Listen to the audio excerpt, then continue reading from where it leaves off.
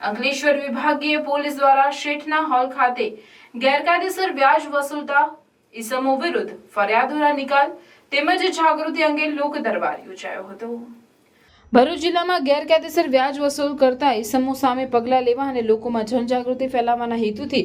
GB ઓફિસની બાજુમાં આવેલ શેઠના હોલ ખાતે ડીવાયએસપી ડોક્ટર કુશલ ઓઝાની અધ્યક્ષતામાં લોક દરબાર યોજાયો હતો, જેમાં એ ડિવિઝન, બી ડિવિઝન તેમજ જીઆરડીસી અને તાલુકા પોલીસ મથકમાં ગેરકાયદેસર વ્યાજ વસૂલતા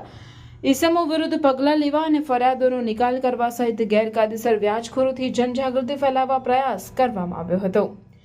જ્યારે આ લોક દરબારમાં વ્યાજખોરોની ચુંગલમાં ફસાયેલા લોકોએ અધિકારીઓને રજૂઆત કરી તો પોલીસ અધિકારીઓએ વ્યાજખોરોથી ત્રાસી લોકોને યોગ્ય પગલાં લેવાની ખાતરી આપી હતી।